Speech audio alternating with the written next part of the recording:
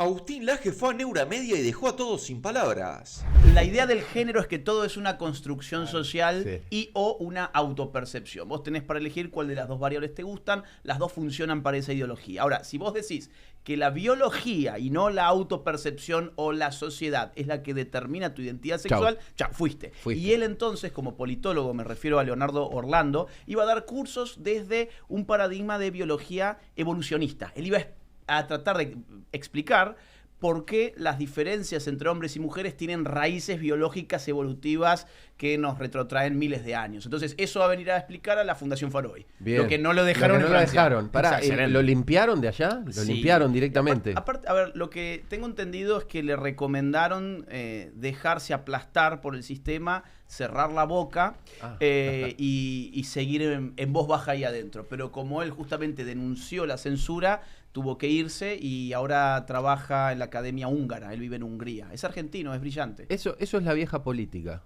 lo que acabas de decir. Vos fijate que es, ¿para qué? Sigamos como estamos, si estamos bien. Sí. Sigamos como estamos. No, pará, votá el normal. Sigamos como estamos bien. Va a venir el loco, va a romper todo y después es lo mismo. Sí, aplicado a la academia. Claro, a la academia. Donde además te quiero decir, o sea, yo me muevo en esos círculos académicos, está lleno de cagones. Claro. El personal universitario, en general, sí, es una generalización, hay excepciones como la que estamos citando ahora, pero en general les dicen, mirá, si vos hablas en contra de que, si vos decís que el pasto es verde, te quedaste afuera. Una especie de aplicación de Rousseau. Rousseau. A decir que el pasto es azul. Claro, ¿viste? el que dice que las cosas están bien en una sociedad que todo está mal es el que está mal. Sí, y se quedan sin laburo, gente que ha estado toda su vida metido en ese círculo académico y no conoce otra cosa. O sea que Leonardo Orlando además es un tipo valiente que por eso le hemos invitado en Faro. Ahí es donde la batalla cultural todavía se puede decir que está floja, ¿no? No sé, me imagino en ese ámbito, en el ámbito artístico, ¿no? La música, el teatro. ¿Y por qué crees que no entra como debería entrar? Bueno, por varias razones. Empecemos por el universitario, si querés, que es el que veníamos hablando, y después vamos al artístico. La universidad es la fábrica de la cultura. Es decir, tarde o temprano la gran sociedad termina repitiendo en versión for dummies, digamos, para tontos, lo que le viene desde algún gran teórico, el cual nunca va a conocer ni siquiera de nombre, pero el 99% de la gente en realidad no ha pensado de manera original las ideas que repite. Por ejemplo, mucha gente repite la teoría de Karl Marx sin haber leído jamás una sola línea de Marx, y donde admite, por ejemplo, que las clases sociales son enemigas, casi que por una condición material objetiva y que no hay forma de reconciliarlas. Hay gente que repite este tipo de pavadas sin tener idea, digamos, de dónde viene, pero le llega de alguna forma. ¿Qué te quiero decir con esto? Que son poquitos en realidad los que piensan en abstracto y después eso empieza a derramarse. Vos pensás, los periodistas estudian en una universidad, los comunicadores en una universidad, los sociólogos, los politólogos, los antropólogos, los historiadores, y todas estas materias que te estoy mencionando, todas estas disciplinas, habitualmente no tienen mercado. Es decir, cuando yo, por ejemplo, te lo cuento con mi caso, yo estudié 3 años ingeniería en sistemas, tenía un mercado abierto inmenso, y me pasé a ciencia política, y el nivel de estrés que pasé todos esos años era menos porque tenía mucho surdaje en la universidad y más porque no sabía qué iba a hacer de mi vida después de recibido. Una persona que estudia estas carreras, casi que su empleador natural termina siendo el Estado. Entonces, volverte contra tu empleador económicamente no es racional, no es racional. Y además hay otro componente que es ya moral, ético, que es el de la envidia. Esta gente empieza a acumularse de envidia, a llenarse de envidia, porque advierten que ellos que han estudiado a Foucault, a Derrida, que han estudiado a Marx, a Engels y demás, ganan menos que el verdulero. Entonces dice, pero ¿cómo puede ser que ese tipo que no leyó todo lo que yo leí gana menos que yo? Es que el mercado es injusto. O llegó a donde yo no pude llegar. Exactamente. Porque no es solamente lo que ganan, sino también es donde llegó.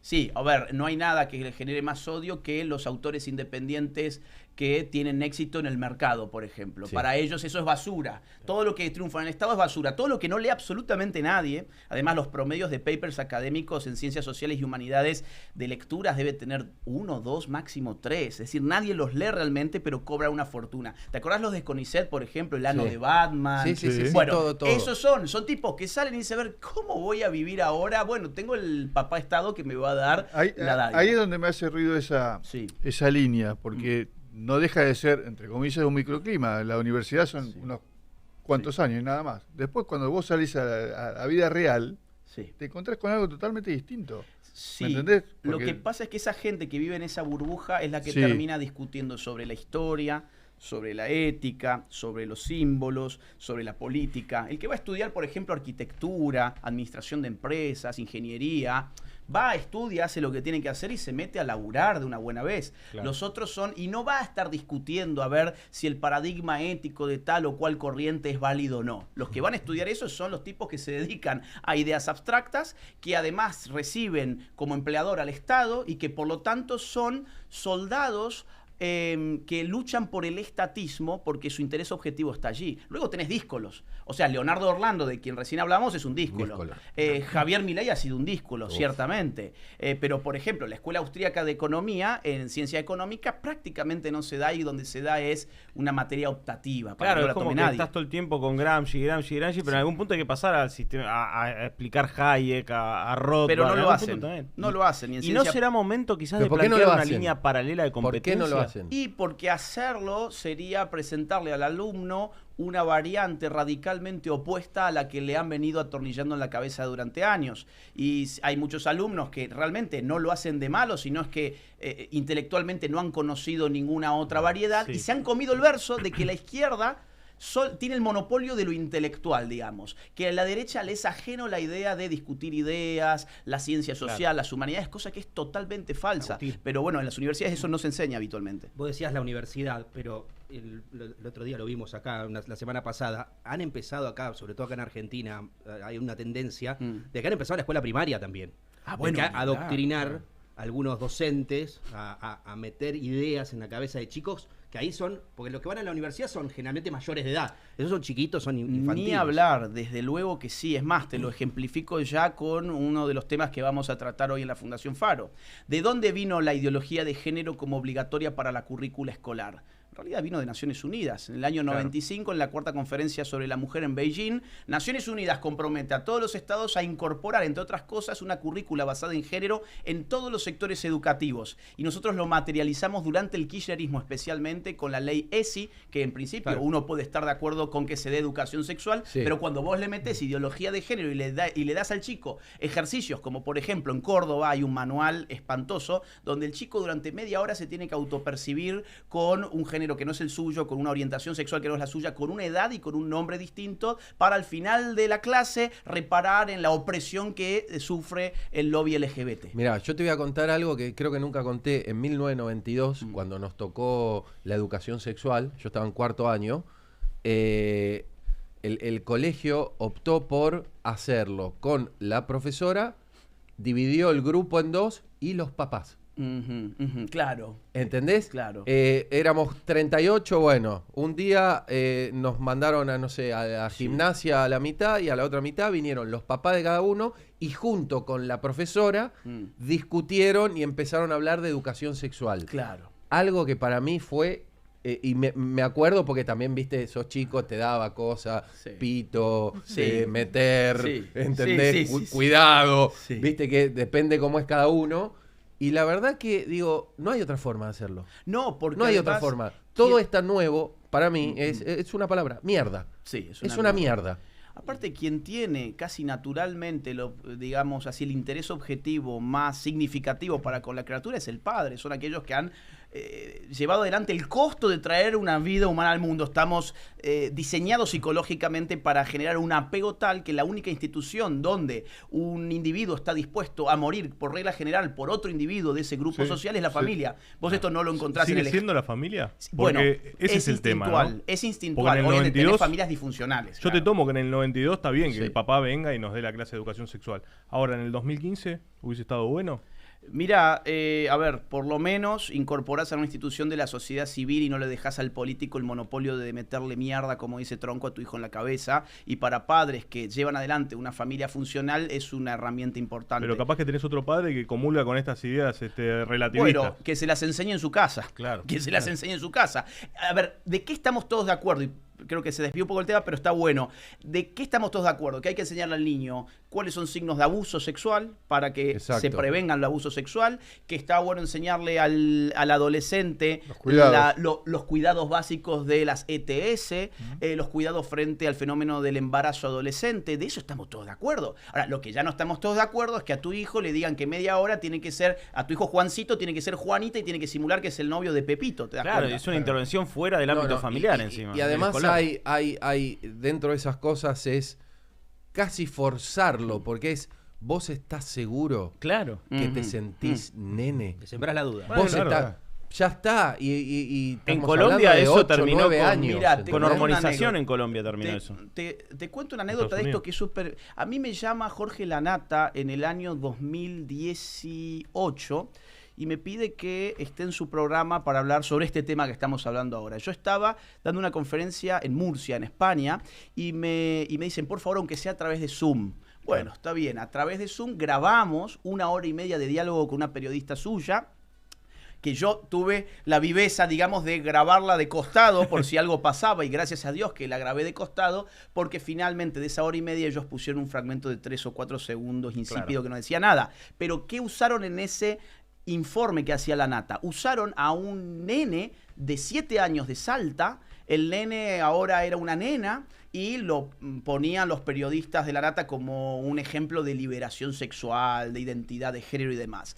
Una semana más tarde, cuando yo publico mi entrevista no publicada porque la había grabado, se comunican conmigo los hermanitos de este nene de 7 años, todos menores de edad, que habían huido de la casa de la madre porque la madre los abusaba sexualmente y porque les imponía la idea de que ellos no eran nenes sino nenas, tenían 15 años y se habían ido de la casa. Yo lo hice público, no lo tomó absolutamente nadie porque esa época era cruenta. Entonces, sí, los medios de comunicación en ese sentido también tienen una gran responsabilidad con lo que ha pasado en la perversión de ideas de sentido común. Es decir, vos sos un hombre, yo soy un hombre. Es decir, si vos le querés enseñar a tu hijo otra cosa, ahí está tu derecho como padre. ¿Cuál es el sentido pero de no a esa través del emboscada Estado. de los medios? ¿Cómo? ¿Cuál es el sentido de esa emboscada de los medios? Bueno, ¿Es ser funcional a este progresismo raro o rating? Mediocridades. Rating. Mediocridad, porque así como dijo él, tampoco se hicieron cargo de lo que hicieron. No se hicieron cargo, jamás. No se hicieron cargo, que eso es lo que más... Que, bueno, ahí volvemos al presidente. Claro. Loco, dale, hacete cargo. Sí. No se hicieron cargo, y no solo eso, mediocridad. Claro. Porque los planteos eran mediocres. Y discutir... Yo me acuerdo de eso, y algunos medios te echaban la culpa a vos de que estabas inventando todo esto. ¿Entendés? Que era mentira, que vos te estabas, como te fue mal, porque no te la bancás con la nata. Te empezaron a pegar a vos. Sí. Y la nata me salió a pegar también. Sí, pero, y la fuente, te decían, la fuente de Colombraro, te decían. Sí, bueno, es mediocridad. Mediocridad, y en los medios hay algo muy importante, que es, él nombró la envidia, y lo segundo es el ego. Hay un ego que no es inmanejable para todos, para cualquiera que haya laburado en los medios sabe que es así. Y no se hicieron cargo ni se van a hacer cargo. Mirá, te cuento una que también es atroz. En el 2019 más o menos me llama una feminista del Polo de la Mujer en Córdoba y me dice, mirá, yo estoy en tus antípodas. El Polo de la Mujer. El Polo de la Mujer era una institución de Córdoba que se dedicaba a desparramar esta basura, claro. Sí. Me dice, mirá, yo sé que vos estás en mi... Dice que yo estoy a tus antípodas, pero no tengo otro recurso más que llamarte a vos. Te pido que esta conversación, digamos, sea en off, por eso no voy a dar su nombre, pero te quiero avisar que en la cárcel de hombres de Córdoba han violado a una... la cárcel de mujeres de Córdoba han violado a una reclusa, la embarazaron y fue un tipo que lo pasaron de celda porque dice ahora que es mujer. Claro. Entonces yo lo he querido llevar a los grupos feministas, nadie ha querido llevar esto adelante, lo llevé a la prensa, nadie de la prensa quiso tomar el caso y de hecho el caso se conoció, yo también lo mandé en su momento a la prensa cuando colgué esa llamada, no lo tomó nadie y más o menos unos 6 meses después algo sacó TN y demás, pero algo como muy tangencial. Entonces es lo que dice también Tronco, que hay un ego desmedido entre esa gente. Y como, digamos, efecto final, el punto ¿cuál es? Es que les acostumbran a pensar que siempre el Estado es la solución. O sea, si vos te autopercibís de otra manera, el Estado es el que te tiene que financiar. Si vos sos feminista, el Estado te tiene que dar un cupo, una ley de cupos, que eso se inventó incluso en Argentina para la empresa privada. O Siempre es el Estado. Es una forma entonces de agrandar el Estado, aumentar el gasto público y enaltecer el poder del gobernante. Y tuvimos un Ministerio de la Mujer, los Géneros y las Diversidades, que era una caja política. Y así en general todas las ideologías que conforman esa familia woke, que se llama lo woke, tienen el objetivo final de agigantar el aparato estatal con la promesa de la liberación. El avance del Estado mediante la apropiación y distorsión de causas nobles. Eso dijo Javier en Davos.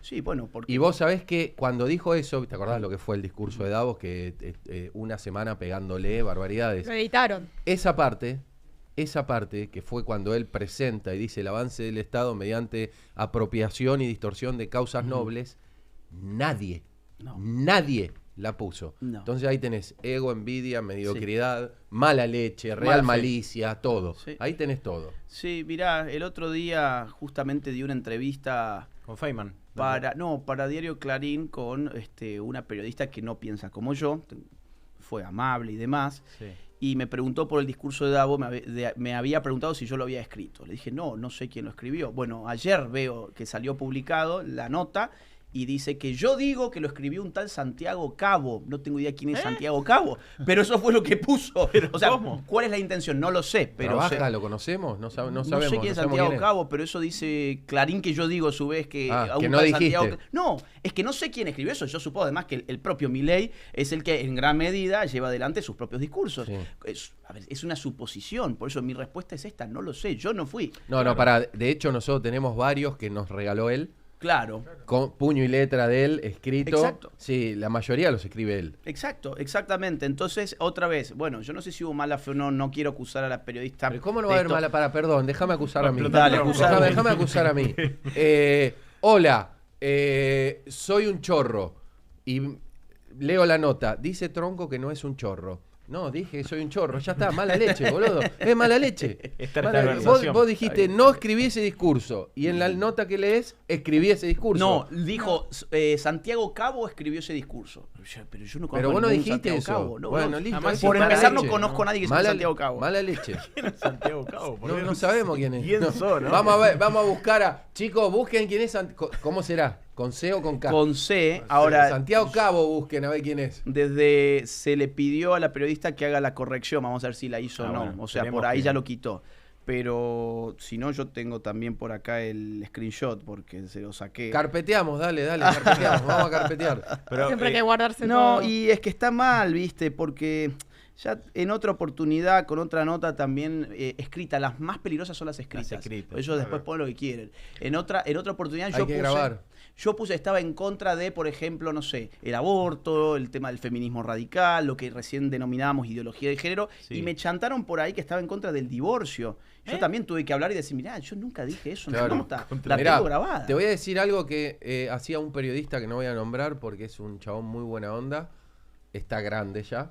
Sí. El periodista cada vez que lo citaban para dar una nota escrita para un diario, para un medio gráfico, él agarraba, se sentaba el periodista que lo iba a entrevistar, ponía, ¿no? Listo. ¿Ya está grabando? Sí. Dame un segundo, decía. Sacaba su aparatito y ponía a grabar. Bien. ¿Te jode que grabe? Y viste, el otro se quedaba, ¿no? Pero ¿te jode que grabe? ¿Vos estás grabando? ¿Te jode que grabe? Grababa absolutamente todas las notas que daba para gráfica y una sola vez tuvo un problema y dijo, mirá que publico el audio. Hay que hacer eso. Hay que hacer eso. Exactamente. Y blanqueárselo, porque si vos no lo blanqueás, después sos un sorete que seguro me grabaste para ver qué decía y tenés los off. No, prenden ellos el grabador y vos agarrás y che, yo voy a grabar también. Listo, se terminó el problema. Mirá, por algo el periodismo es una de las instituciones más desacreditadas del país. Esto es algo de lo cual no suele hablar el periodismo porque sería como escupirse a sí mismo. Pero las encuestas de opinión, cuando se evalúa digamos, lo que cree la gente sobre las instituciones, tenés muy arriba Fuerzas Armadas, muy arriba la propia policía. Ahora, hacia abajo, casi al fondo, tenés los medios de comunicación del sistema, los medios tradicionales. Bueno, ¿Por qué? Bueno, no han hecho nunca una autocrítica, no se fijan en las formas, ya que miran tanto las formas de los demás. Sí, no, pero ¿y el fondo? Contenido, el contenido, claro. O sea, sí, la forma y el fondo, sí, maestro. Sí, y ni siquiera yo creía que se iba a discutir. El único que habló del fondo fue el pelado Trebuch. Sí. El único que se animó a decir, che, pará, todo bien, a mí me chupa un huevo que Milei putee. Pero el fondo fue el único, ¿eh? Mirá que nosotros somos recontra informados, estamos todo el tiempo mirando, no nadie. Sí. Hipócritas también, le sumamos. Sí, exactamente, también. Y bueno, es con lo que hay que lidiar, pero la buena noticia es esa, es que la gente no come vidrio y la gente en las respuestas de las encuestas que se hacen, y nosotros desde Fundación Faro hacemos encuestas, no necesariamente las hacemos públicas después, pero es como un termómetro que nosotros tenemos. La consideración que tiene la gente para con los medios tradicionales en general es muy baja. Esta es una de las instituciones menos reputadas o más desacreditadas, si querés, de la Argentina. Ahora, por algo será, ellos pueden decir, no, porque Milei nos putea, no, porque nos trolean por las redes sociales, porque el gordo Dan. Pero aparte caen todos los en todos los baits, caen en todos. Sí, el otro día caían en lo de los tanques en la plaza. Sí, bueno, no entienden la dinámica de las redes sociales. Ahí volvemos al 2003, que acá decimos siempre, nos robaron el humor. Sí, claro. Nos robaron el humor. O sea, 2003, 2004 empezaron una campaña para hacerle creer a cualquier ciudadano que reírse de la política está mal, que hacer humor con la política está mal, que hacer humor con los periodistas está mal. Nos sacaron el humor. Sí. O sea, una obra de teatro en Carlos Paz, de una comedia de puertas, era para denunciar en esa época. Totalmente. No te podías reír. Sí. O sea, vos te podías reír de lo que ellos querían. Sí. Y esa es otra, nos sacaron el humor, entonces no entienden. Sí, no entienden. Y el humor siempre ha sido un arma de batalla cultural imprescindible en cualquier época de la historia. Porque no puedes competir, no la puedes rebatir porque es humor. Incluso contra los despotismos, por ejemplo, siglo XVII, ¿qué hacías donde no podías publicar ninguna crítica? Lo ponías en tono de sorna, claro. humor. Claro. Igual para mí humor. es un mecanismo de autodefensa, ¿eh? Porque el hecho de presentar batalla contra los medios no tradicionales es no entregar, y dar la razón que la verdad que están terminados. Sí. No, porque de última, si se callan, tienen que reconocer que ya terminaron, que la gente no les cree, que ya no los mira, que ya no confía en ellos. Entonces el hecho de presentar todo el día batalla, ir contra el gordodán, contra con la forma, es de alguna manera lo último que, les queda para defender lo que ellos han sido siempre. Sí. Yo lo veo, no es que no lo ven, para mí lo ven, pero es que necesitan agarrarse de algo para pelearla. Y esta tendencia va a ser cada vez más pronunciada, esto recién empieza. Esto es como la IA, vos viste la IA, fue evolucionando, volvés a usarla el mes próximo y ya tiene un destello distinto al de hoy. Claro. Se va actualizando y reforzando de manera exponencial. Con los medios alternativos como este, por ejemplo, pasa lo mismo, solo que con un periodo un poquito más largo, pero siempre progresivo. Entonces, esto ya algunos periodistas lo están viendo, que están saltando hacia sus streaming. Recién mencionaste a Esteban Trebuch, bueno, él por ejemplo está haciendo su streaming, pero hay otros que quisieron hacerlo y se dieron contra una pared, por ejemplo Longobardi. Longobardi quiso armar su canal de YouTube. Silvia Mercano. Silvia Mercano también, 18 vistas. Claro, entonces pero porque no te da hasta ternura. Porque una cosa es salir de ahí y meterse, de verdad piensan que es hacer lo mismo y que no, pará, yo soy periodista hace 40 años, ¿cómo no me va a seguir la gente? No le importás. Y otra la cosa, gente sigue contenido, sigue gente, y tenemos algo que es, boludo, en YouTube es la universidad más grande de la historia de la humanidad. Es la plataforma de contenido. Puede ver lo que quiera. ¿Qué me vas a decir a mí? Y no tiene centro de estudiantes. No, claro, y no está Franja Morada colgando carteles, nada. Mirá, y por eso también esos sectores están muy ávidos de que se controle políticamente las redes sociales. Algo que se dio en el foro de Davos, que no se mencionó mucho, pero es muy importante, donde Javier Milei habló 2 veces, febrero del 2024, febrero del 2025, recién mencionábamos uno de ellos. El foro de Davos tiene una cosa llamada reportes de riesgos globales. Ellos básicamente son un club de empresarios multimillonarios que ponen dinero para su membresía, ellos se llaman ciudadanos globales a sí mismos, y una de las cosas que hacen es un ranking por medio de encuestas que se hacen a ellos mismos, son todos progres, además son todos ricos progres, y entonces los tipos una vez por año lanzan el ranking de los 10 riesgos que va a enfrentar la humanidad. Bueno, el del 2024, el riesgo número 1 era la desinformación en Internet y los discursos de odio en redes. Ay, y entonces, ¿qué hizo? Cristal total. Es impresionante. Y OEA y ONU tomaron el caso. OEA es la Organización de Estados Americanos, es decir, la ONU versión regional para el continente americano, y querían empezar, y de hecho lo hicieron, yo fui a una de esas, a las jornadas para discutir cómo regular las redes sociales en el continente americano. Y la ONU, el día que estaba asumiendo el tirano Maduro, por enésima vez, ese día la ONU no estaba hablando sobre la democracia en Venezuela o sobre la tiranía en Venezuela, sino sobre cómo había que sensibilizar a la gente contra los discursos de odio. Que de hecho Maduro después se agarró de eso y canceló, no me acuerdo si era Telegram o qué era, que dijo WhatsApp. No, es desinstaló malo, WhatsApp. Desinstaló WhatsApp. Pará, los Terrible. discursos de odio deberían haber cancelado absolutamente la totalidad de los diarios de la década del 80. Claro. Deberían haber cancelado la totalidad de editoriales de periodistas de 80 y 90, porque eso es...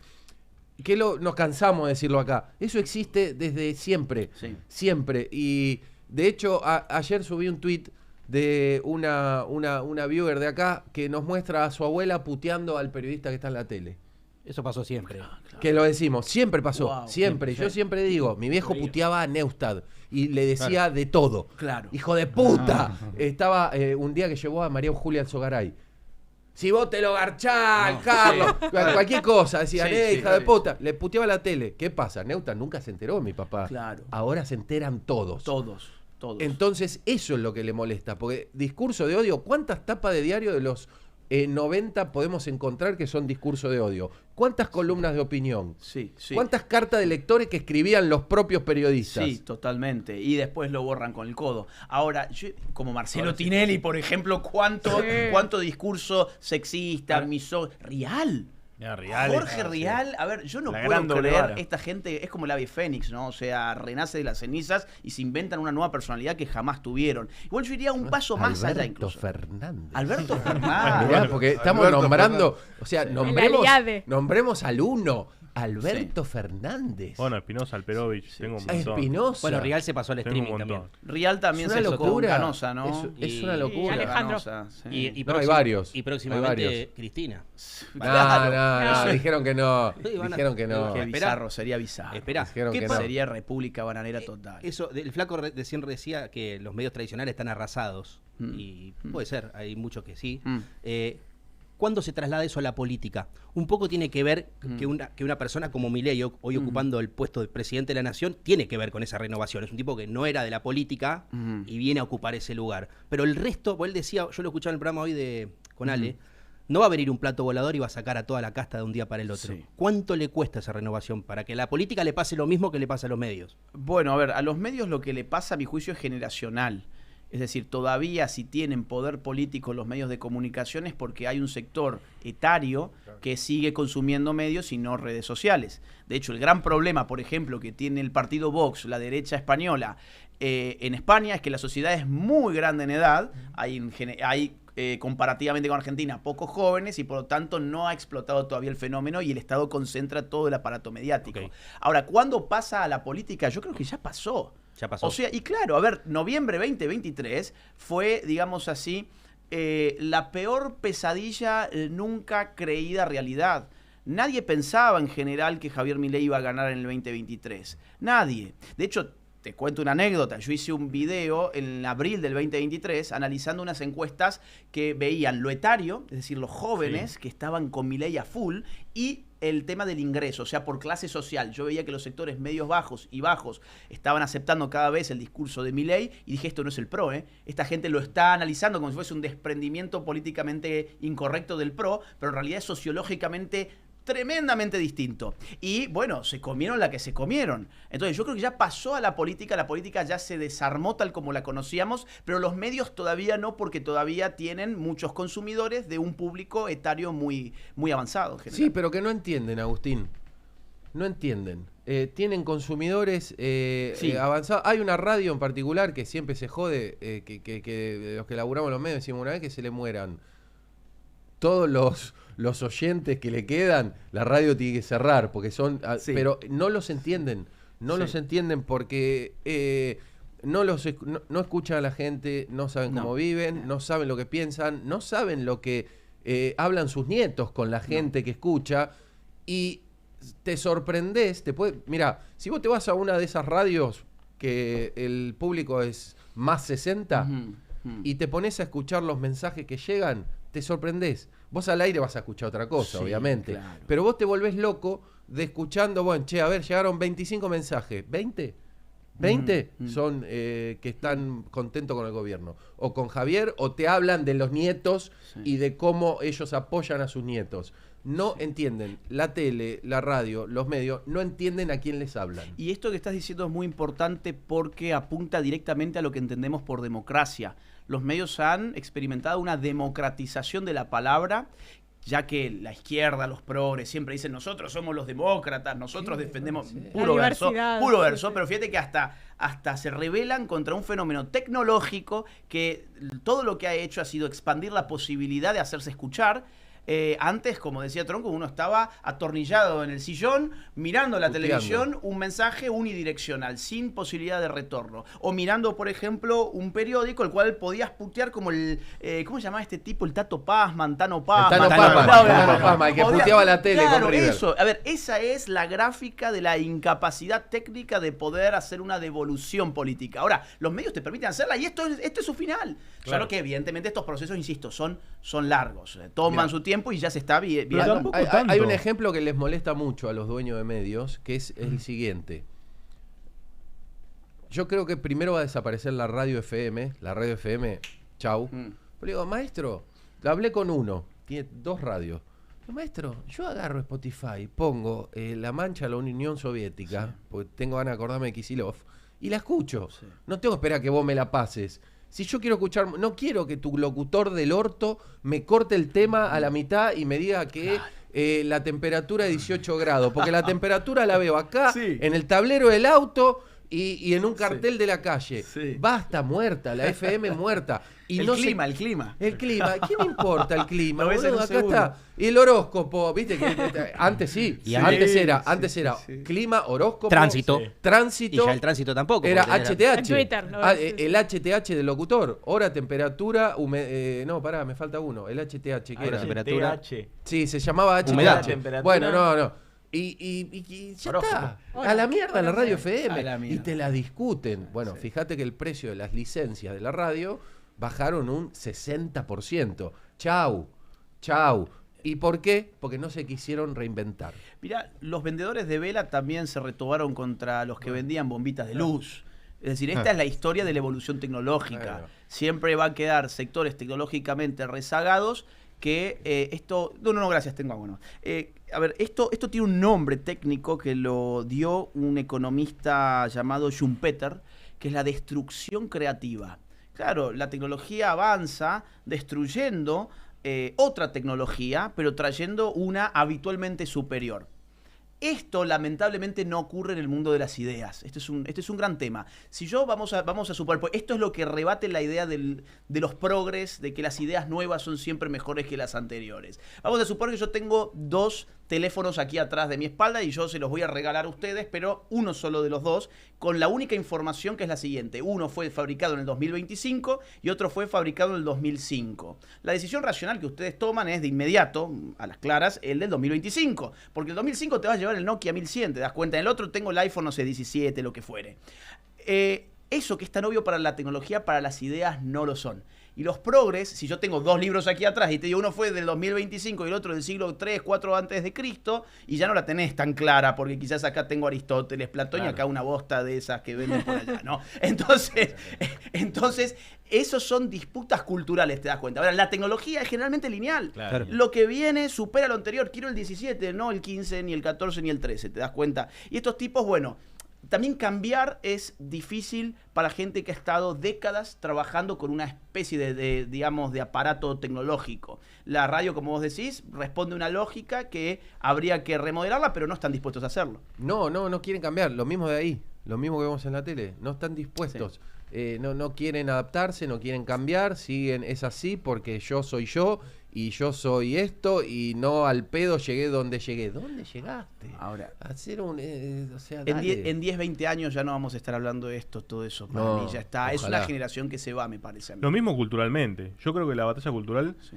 vos decís que va a tardar mucho. Yo creo que está siendo demasiado rápida. De hecho, si vos te fijás, ¿cuándo fue la última vez que viste un pañuelo verde? Sí, ya no hay de ese Pasó tipo. el- Los Sí, miércoles. siguen. Sí, pero son un puñado, ya no Los es algo miércoles. La que bandera de masivo. Palestina. Mira, te cuento un dato cambiaron. que me hace pensar como vos, es decir, yo estoy de acuerdo con vos que ha ido muy rápido.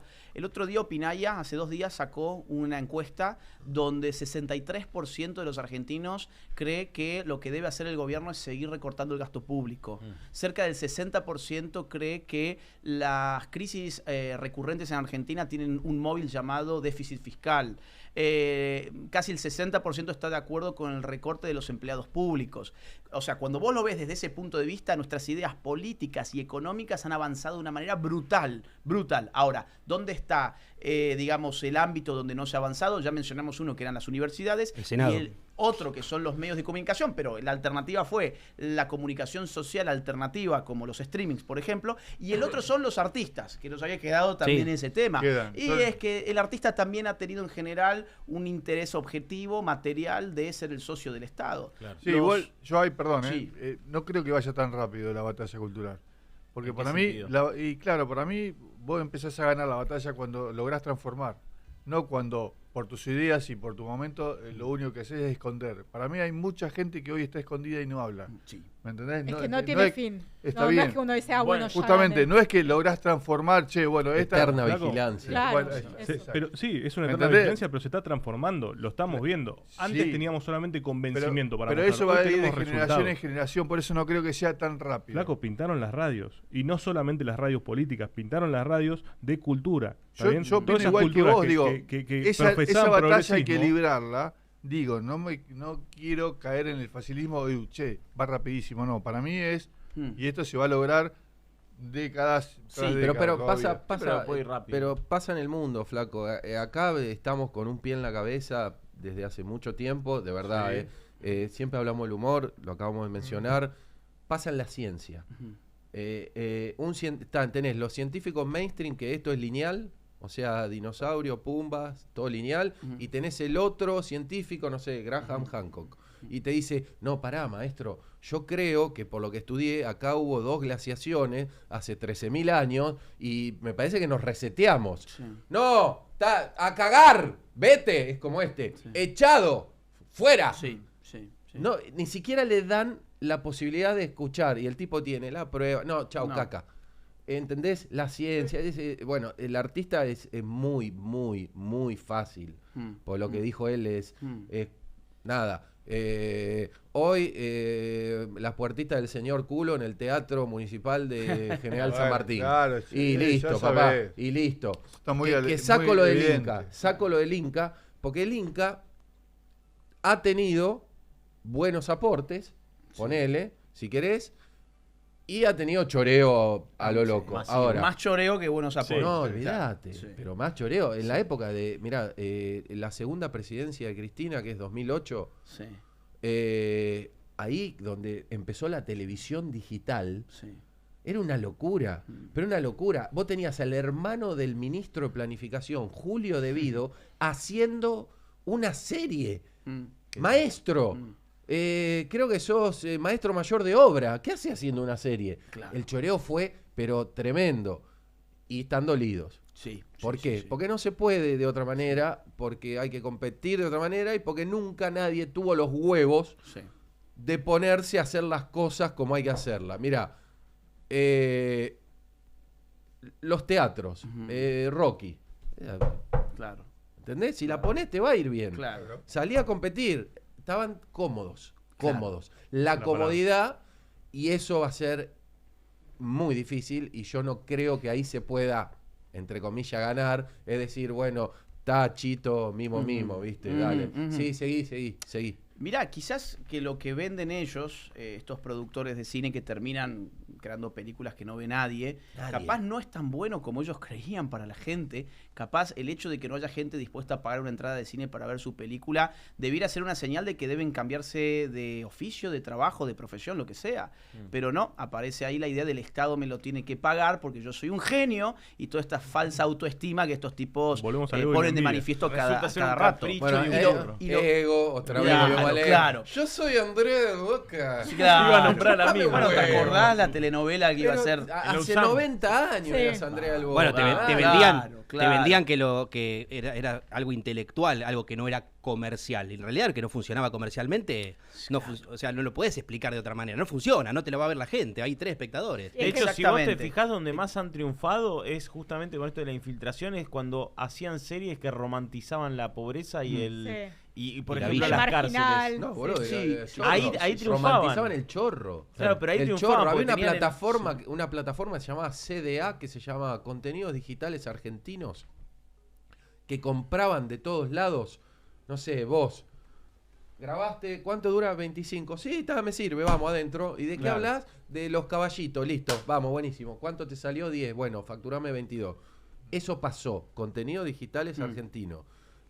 Hicieron toda una bola que era para bajar línea y robar. Exacto, Listo. pero ahí dijiste la clave. Bajar línea y robar. Bajar línea. El privado se interesa en qué es lo que quiere consumir la gente. Claro. Hola gente, ¿qué tal? ¿Qué tal? ¿Cómo andan? ¿Cómo andan? Bueno, en este video quiero hablar un poquito también de lo que son los conceptos que tenemos de economía los argentinos, ¿verdad? A mí me gusta mucho escuchar a Suchovicki, por ejemplo, a Di Stefano, a Juan Carlos de Pablo, bueno, a Castiñeira, hay muchísimos, que la verdad que me gusta mucho escucharlo porque transmiten algo que es muy complejo, que es macroeconomía, microeconomía, conceptos financieros, todo te lo bajan a tierra y te lo explican con un ejemplo espectacular. Así que me gusta mucho escucharlos, por eso por lo general también suelo traerles a ustedes este tipo de videos de economistas, y en ese sentido lo que me interesa también es cómo en un país donde, por ejemplo, hay terremotos o tsunamis o problemas, no sé, con un volcán, lo que sea, la gente sabe de volcanes, ¿no? En ese país, la gente sabe de tsunamis, la gente sabe de lo que sea, de terremotos. ¿Por qué? Porque tenés que saber, decir, che, mira, hay un terremoto cada 4 años, más o menos tenés previsto qué haces en un terremoto, cuándo se está produciendo un terremoto, a qué tenés que estar alerta, qué es un movimiento normal o que ya empieza a ser un terremoto, etcétera, cosas porque no tengo ni idea de terremotos. Y en un país con la economía como la tenemos, es increíble que cualquier taxista, que te tomás un taxi, en la fila de una carnicería, en cualquier lugar, todos saben del dólar, todos saben el precio del dólar. A ver, obviamente hay conceptos más finos como el riesgo país, que la gente quizás no los tiene súper interiorizados, pero el precio del dólar lo sabemos todos. Si está 1100, 1200, 1300, lo sabemos todos. O sea, eso es impresionante. Eso me impresiona cómo nos han traumado tanto con algo que tendría que estar estabilizado porque, como dice Milei, el problema de la inflación es un problema monetario. Si no lo resolvés es porque no lo querés resolver, es porque te conviene que haya inflación. En un país donde nos han robado tanto en lo económico, ¿no? Claro, o sea, estamos todos traumados. Entonces todos nos quedamos traumadísimos. Generaciones y generaciones. Mi viejo, mis abuelos, todos saben el dólar. Y así todas las familias. Es impresionante. Entonces, nada, eso me impresiona y quería compartir esta reflexión con usted. Reflexión que se la he escuchado a Suchovicki y Juan Carlos de Pablo. Que me parece excelente, ¿no? En un país donde hay terremotos, la gente sabe de terremotos. Y en Argentina, ¿de qué sabemos? Del dólar, de la inflación, ¿no? Del consumo, ¿viste? Y ¿sabés de eso? ¿Por qué? Porque estamos quemados con eso, quemadísimos. Así que nada, gente, bueno, un saludo, nos vemos en el próximo video. Bueno, gracias por bancar el canal. Muchas gracias. Chao, chao.